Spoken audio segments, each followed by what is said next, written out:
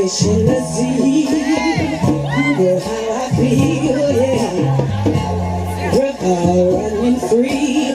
You know how I feel. Blossom on a tree. You know how I feel. It's a new dawn.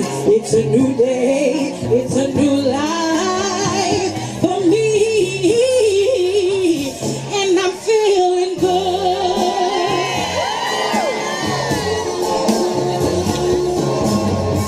Dragonfly out in the sun. I want you to look around right now. If you are not a black woman, but you standing in front of a black woman, you standing in the wrong spot.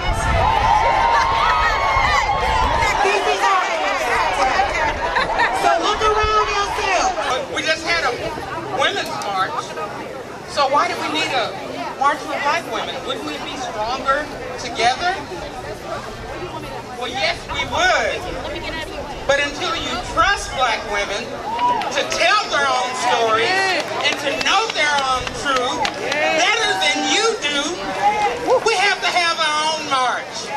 And that's why we're here today. See, we live in a world where we're taught to think things are either or. We have binary thinking, when actually we are human beings with infinite possibilities. But in America, it's black and white, and the white is implied. So when you say women's march, that's really the white women's march. And they might invite one or two to speak. But guess what? Every black woman here has her own story. And all our stories are not the same. So we have to keep having our own march, because Alex, that sang so beautifully, she's a lot younger than I am. Her story's a lot different from mine, because I came from a place where when I was 6, if somebody called you black, you might get your head whooped. But when I was 16, you better call me black, or you might get your head whooped. It's called Chinori's Dream. Look around you, on your street, in your city, or in your country. What do you see? Well, I will tell you what I see. I see people living in tents under the freeway and under bridges.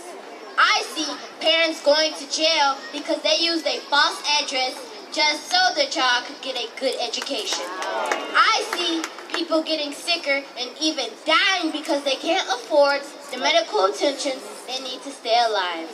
In the years leading up to 1968, Dr. Martin Luther King Jr. looked around and saw these same problems. It has been 50 years, and the situation for the poor, our education system and healthcare system have been virtually the same.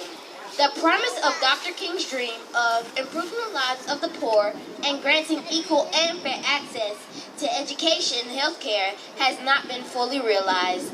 If Dr. King were alive today, he would be proud of our country's achievements in civil rights. He would marvel to see our first black president, Barack Obama.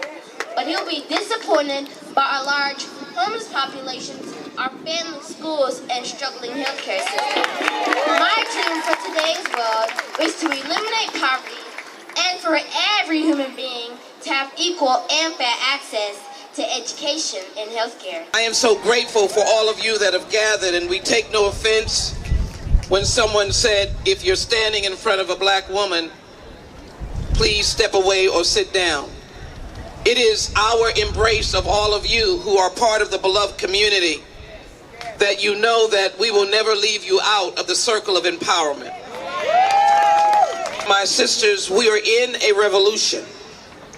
This is a revolution. This is the time, and it is now. And you are the time, and it is now. We cannot wait. Dr. King said in 1957, those words are as potent and prominent today as they are or were in 1957.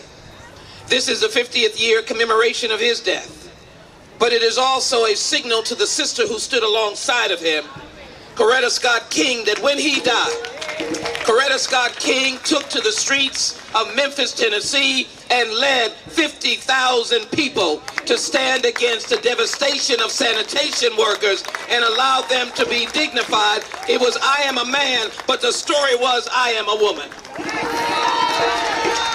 The revolution is that if I'm on a bus and there's a black woman there who looks like if I say something good to her, and that woman can touch a Hispanic woman, an Anglo woman, an Asian woman, and we can come together with the leadership of the women who came born out of the bottom of a belly of a slave boat, came here from African kings and queens, born children, had them snatched away from them, didn't know their name, but kept on keeping on.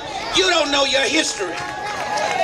To my millennium sisters, it is only through knowing your elders, giving pause for respect, trying to hear them, that you can then be heard. I will never leave you. I will never forsake you, as God says. But I want you to understand that it is important, if I may use the term in the biblical, to touch the hem of the garment. You may not understand what we are saying, but get close to us. We will give it to you, and we will push you going forward faster than we have ever been able to go. I think that some of the kids in this community don't have the resources that they need. So, and even more so beyond just the resources, they don't have things to go do. They don't have things to keep them busy. So, you know, when you're not busy, then you can get into a whole lot of trouble or fall into the wrong people's hands because you're admiring the wrong things. I think they need to see more role models that look like them, that are doing great positive things in the community. Darby from Girl Trek. Girl Trek is a national nonprofit organization that encourages black women and girls to get out and walking and living their healthiest, most fulfilled lives. We're out here marching for black women because that is what we believe in. Our ancestors have marched from the day that we come to America. So this is what we do. We're marching because we're worth it. Each one of us is worth it, and we brought sisters along because we are our sisters' keepers. Safety is a prime issue with Girl Trek. We want to make sure that we have safe walking conditions, and that does include sidewalks, as Haley Absolutely. mentioned, no stray dogs, just adequate walking space. You've got to take the step to be involved.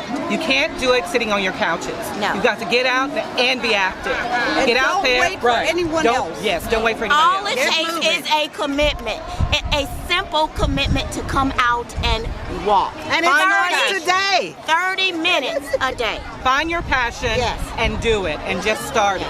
Get started and bring people along. Yes. It's very important for us, especially as black women, to mentor each other and bring each other along, because that's where our power is. It's our power in mentoring and being there for everyone. Strength in numbers. Strength in numbers, absolutely. Yeah.